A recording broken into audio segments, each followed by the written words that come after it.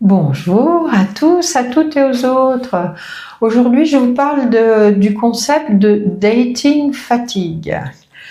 C'est un terme qui a été employé par Judith Duportail. Elle a écrit un essai à partir du moment où elle s'est retrouvée sur le marché des rencontres après une séparation. Les applis de rencontre, notamment la fameuse Tinder, cumulent plusieurs millions d'abonnés payants-payantes et plusieurs milliards de matchs par jour. Ça a des inconvénients. Les applis de rencontre, elles exacerbent le narcissisme, elles sont uniquement basées sur l'image. Elles sont gérées par des algorithmes très compétitifs et très patriarcaux et elles laissent peu de place pour exprimer la finesse d'une personnalité. Et puis il y a ce schéma tout tracé, on chatte, on se rencontre, on boit un verre et on conclut. Et parfois même on conclut sans les deux étapes précédentes. Tout ça finalement finit par lasser, quoi. La difficulté à rencontrer des personnes est vraiment importante parce que déjà il y a toute cette charge émotionnelle de cette alternance d'espoir, de déception. Il y a toute cette difficulté finalement à trouver du sens à cette profusion de profils qui ressemble à un supermarché.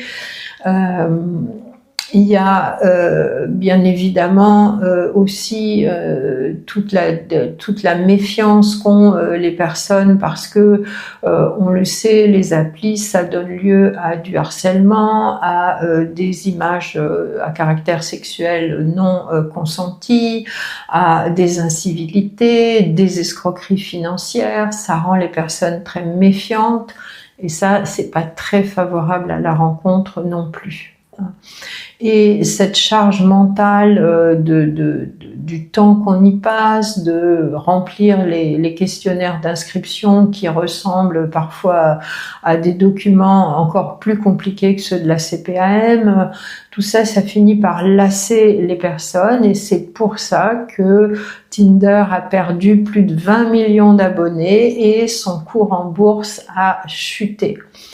Alors, en plus, dans ces applis, le fait d'essuyer soit des refus, soit d'être ghosté, ça diminue terriblement la confiance en soi des personnes et c'est vrai que les utilisateuristes finissent par se lasser, les hommes deviennent misogynes, les femmes n'ont plus du tout confiance en elles, et les hommes aussi d'ailleurs, et ce qui fait que finalement on ne sait plus quoi faire. Alors, je n'ai pas de solution toute faite malheureusement. C'est vrai que privilégier la vie réelle, sortir, avoir des activités sociales, avoir des loisirs où on rencontre des personnes, peut-être aller à des événements tels que ce qu'on appelle les slow dating où on prend vraiment le temps de se rencontrer, favoriser les rencontres entre amis, avoir un grand réseau d'amis où on va pouvoir rencontrer des nouvelles personnes et pourquoi pas avoir recours à une agence matrimoniale. Il paraît qu'elles ont le vent en poupe maintenant. Voilà, donc toutes les personnes qui sont en recherche de partenaires, vous avez toute ma sympathie et j'espère que vous échapperez à la dating fatigue.